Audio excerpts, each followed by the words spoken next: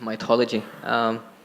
So we know that Iliad was written by Homer, right? A blind guy. He wrote that there are 14,000 horses. But since we know that he could not have seen it for himself, we believe that there's some sort of historical, storytelling going on there. Would you say? But nowadays, all the scriptures, religious scriptures, are taken as gospel. So should we also believe that there is myth making in Ramayana, in Mahabharata, and that taking them as gospel rather than just work of literature is wrong? I don't see anybody taking Ramayana and Mahabharata as a gospel. There are certain factions which are… No. They cannot, because they'll get freaked out with confusion. Because there are all kinds of people in Mahabharata, the best sort of man, the worst sort of man, in between every kind of man and woman. Is there over 100,000 characters? How can you make a gospel out of it? So you said storytelling. I don't know if you've seen the byline of Youth and Truth, not the seriousness of gospel, but the playfulness of gossip, because gossip has always been reliable. No, at any time in history, nobody went by the official version. Whatever the official version came, people asked around with their friends and relatives what happened. When 5 people said 5 different things, people learned out of their wisdom to extract some truth out of the gossip. But people always relied more on the gossip than the official version, isn't it so? It's not just today, always. However, given that this gossip can lead to a transformation of this truth to an extent where it's lost forever, do you think that's troubling? See, first of all, you're questioning, did it actually happen, right? No. So we are saying that the same argument which you have given is the argument which is usually used these days to say that buildings which were constructed by the Mughals were actually not Mughal structures. Okay. I get the however, point. that's gossip being misinterpreted completely. Now, say, if you come further south, people are questioning whether Rama existed or not, okay? This is just a question of poor memory. When the entire nation has been talking about it for thousands of years, now the problem is your trust in printed word is more than the spoken word, that is the whole problem. But you must understand, this is a oral culture. We always transmitted most significant things orally. You may think it's insignificant because it's not written, but anybody can write it down. People have written it down now it's a printed word. But now somebody questions, did Rama exist or not? Not in one place, in entire culture, when everybody is talking about the same story with minor variations here and there, it could not have been just made up by all the people, So I guess his point was also by bringing in the Iliad example the same, that the war on Troy did happen, but the fact that Homer says that 14,000 horses were there is clearly not truth. Maybe not. Maybe Ram did exist, but other facts which are… other things… See, we are after all Indians, we invented zero. We have certain freedom in using number of zeros. We're taking liberty with that. Don't… see whether 6,000–7,000 years ago, whether 100,000 men fought or 10,000 men fought, doesn't make a difference. The way the story is said in this country is not for its facts, but for its truth. You're trying to bring out a certain truth. The fact of it, whether 100,000 men fought, 10,000 men fought, what does it matter? You don't have to manage that war today, it's over. So the important thing is, what is there for me to learn from that, all right?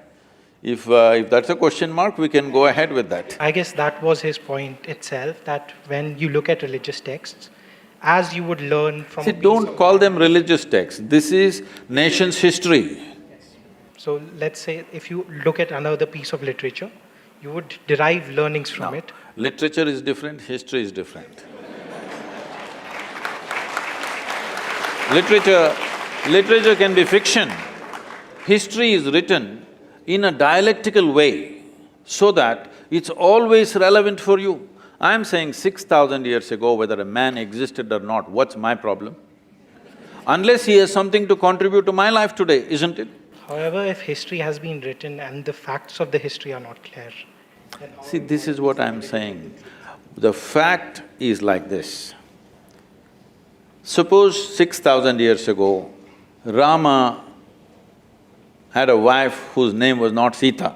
What's my problem? We are not questioning whether the name was… Not only the name, I'm saying, okay, he was not… his father's name was not that, it was something else. He was somebody else. What does it matter We to are me? even questioning the sequence of events over here.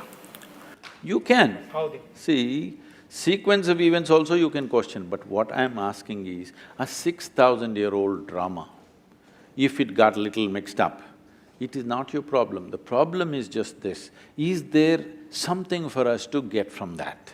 Sure. That's all the thing is. Now, why we are worshipping Rama in this country is, he's not a super success. He's a serial disaster, if you look at it. Yes. Even today is having real estate issues, that's why you brought this up.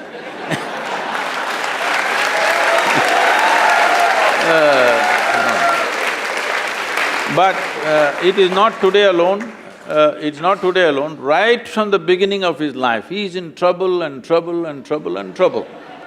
See, he is rightfully a king. He is coronated at the age of 17 or 18. He marries a princess, and within 1 or 2 years, he's sent to the forest. They didn't go to the jungle for picnic. As some of the television serials are showing Rama, Sita doing all that.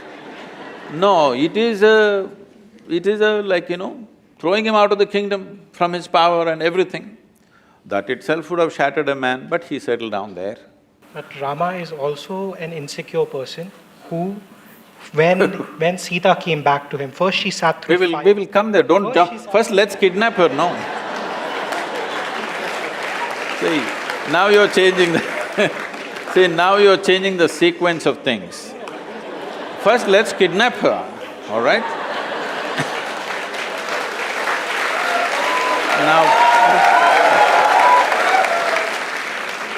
Now, the Sri Lankan people come and kidnap his wife and go away. After all, he is a king. If somebody steals his wife and takes her away some 3,000 kilometers down south, there's no GPS to even find out where is Sri Lanka, all right? At a time like that, being a king, he could have found a local solution. There would be any number of women to marry the men, he's a king. But he goes in search of her, not with a big army, just him and his brother, like ordinary people. If a man has to walk 3,000 kilometers down south, not knowing where she is, whether she is alive or dead or what's happened, then she must mean so much to him, yes or no? Otherwise, why would a man walk that distance? Now, he goes there, he forms a Tamil army, don't forget this. And then there is a fight, kills hundreds of people, burns down a beautiful city, gets back his wife, comes and settles down. Before this, I will tell you, he goes for a year of penance in Himalayas. His brother asks, "Are you crazy? This man stole your wife and now you're doing penance for his death." He said he had 10 basic qualities, Ravana. Killing those 9, which were horrendous qualities, no penance for me, no repentance for that. But he was also a great devotee and I killed that also. So 1 year of penance the man goes for. This is not a… And then he settles down and his wife is pregnant. You must understand, for a king, his wife is pregnant means it's not just about a child, it's a progeny for his empire and there are many things involved. No sonogram, so he doesn't know whether it's a girl or a boy or boys or girls or anything. But once again a political situation evolves where he has to send his wife to the forest, which you are saying is insecurity. Not that part. So we can even begin from the first point in which, after he rescues Sita, Sita has to sit through a fire to prove that she is pure. For whom? So that other people will accept her. Because Rama cared about how people saw him. Rama, when he came back, a random dhobi in your kingdom said that, "Sita, I am not like Ram who will keep a woman in my house, who might have a child which is not mine." For this, Rama sends away Sita again to the forest. That is the insecurity you're talking about. At any point, Rama wanted his people to love him. No, let's come to this properly. Today in our country, there are many kinds of things. I'm asking you, do you want a leader for this nation who puts the people of this nation above his own family and his personal love? I'm asking you. Or do you want a Dhritarashtra, at any cost my son? You want a man who puts the citizens of this country above his family. This is not just another woman for him. He went and fought a battle for her, walked 3,000 kilometers. This is not just another woman. He is living for her, but still he sends her back to the jungle when she's pregnant, knowing fully well that it could be his future for this kingdom. And he's putting… See, it is not just about a dhobi, this is what your mistake… you're taking these things literally. When a dhobi said, what it is being said is ordinary people are talking like this. Ordinary people have no trust in the king, that he's just brought some woman from somewhere and he's made her our queen, because queen is seen as a mother to the nation. We don't want such a woman as our mother, that's what they're saying. She went and lived with some man somewhere. This is what the people of those times are saying. So if the king says, I don't care what you think, I love my wife and keep her, that would be not a good king, not a good administrator. So he's putting his people above somebody that he loves very, very dearly, and she's pregnant. It's not a small thing for him, it means a world. But still, he sends her to the jungle. This should be bowed down to, this is why we bow down to the man. No? Please say it. No, why? He has something to say, please. So there are different types of responsibilities of you as a person. As a king, there are different responsibilities, and as a human, as a family member, you have different responsibilities. Now you can't just throw away your wife and send her to a jungle. It's like just objectifying her. It's not treating her like another human who's pregnant, who will need different things, and you have promised her different things. Well, then you're against Gautam Buddha, you're against Rama, everybody.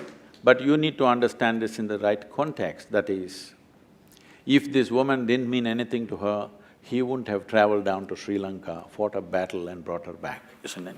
It was his pride about what… How can you His pride he could have got 100 wives around him if he wished, but he went for this person who means so much to him. Moving on… No, you must see the words that he's uttered. You must see the words he uttered about Sita, what she means to him, how he cried to Lakshmana and what he said. Actions are way more important. Why are you reading all these evil intentions in his mind that he did not express anywhere? He did not express… With our words, we can say anything. See, as far as you are concerned, you know only what you read. You don't know anything else about his life, neither me nor you, all right? Perfect. So, from what you read, nowhere does it say that he was insecure. Nowhere does it say he went for his pride. Nowhere does it say that… No, everywhere it says very clearly, let me tell you, the reason why he is worshipped today is, though life threw disasters after disasters at him, the man never became resentful, never became hateful, never became angry. He did not become a recluse either. He went about fulfilling every duty that he has to do. With a personal pain and grief that he is carrying all his life, the man went about doing the best he can do for his praja of the day. If this is being accused of being as pride and this,